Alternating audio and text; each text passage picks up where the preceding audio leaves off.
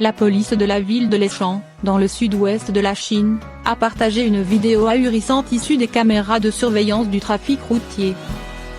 Dans la vidéo, on voit un chien posé sur le toit d'une voiture en mouvement. La voiture roule au milieu d'une route fréquentée, et le pauvre chien, sans harnais, glisse sur l'avant de la voiture. En voyant le chien apparaître sur le pare-brise, le conducteur ralentit pour laisser le chien remonter sur le toit.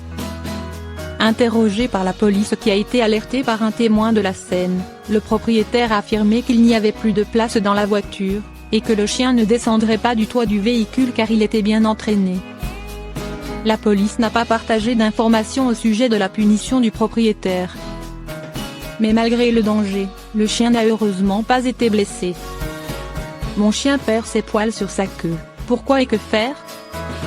Votre chien perd ses poils sur sa queue de manière anormale? Il y a plusieurs causes à cette affection, allant de la simple allergie à la maladie hormonale, en passant par des champignons de la peau.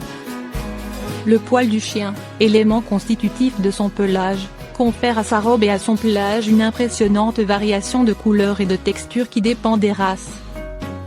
Outre son caractère esthétique et distinctif des races, un pelage chatoyant de couleurs vives est le reflet de sa bonne santé.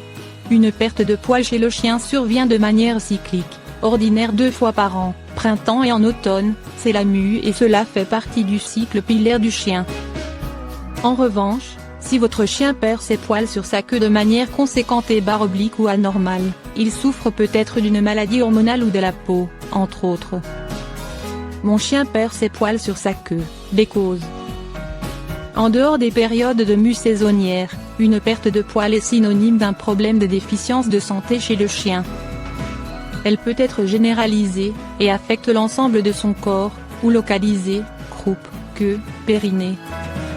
Ainsi, si vous constatez l'apparition de plaques au niveau de la queue du chien, ceci devrait motiver une consultation chez le vétérinaire afin d'en déterminer les causes et prodiguer les soins nécessaires.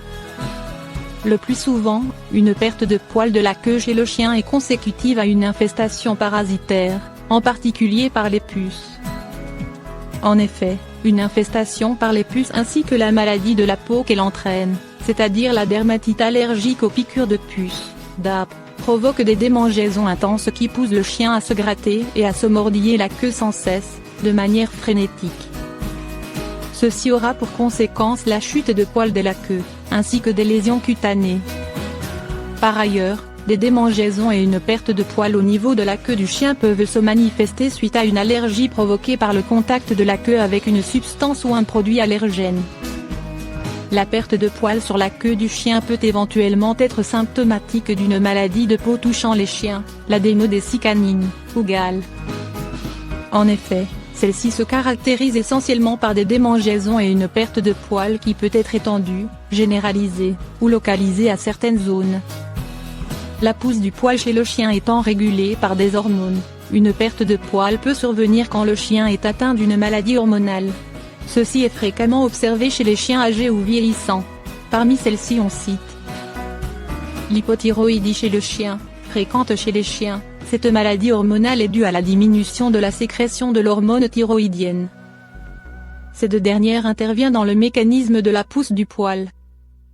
Or, une déficience en la sécrétion de cette hormone va entraîner un défaut de repousse de poils au niveau du cou et de la queue, ainsi qu'une altération de la qualité de son pelage.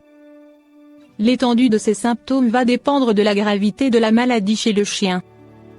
La maladie de Cushing, également appelée hypercorticisme, cette maladie se caractérise par une augmentation de la sécrétion de cortisol.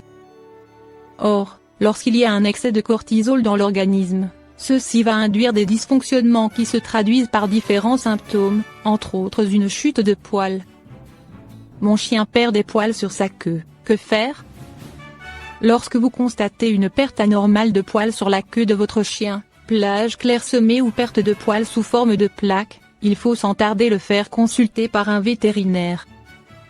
La localisation de la perte de poils au niveau de la queue est un indice qui va orienter le vétérinaire dans sa démarche diagnostique.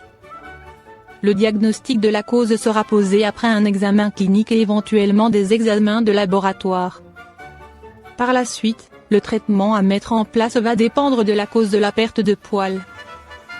Ainsi, en présence de syndrome de Cushing, il est essentiel d'administrer correctement le traitement médicamenteux ainsi que d'assurer un suivi régulier chez le vétérinaire.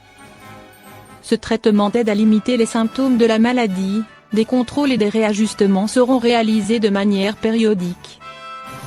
Lors d'une infestation parasitaire qui fait que votre chien perd ses poils sur sa queue, il est essentiel d'appliquer les soins antiparasitaires recommandés par votre vétérinaire.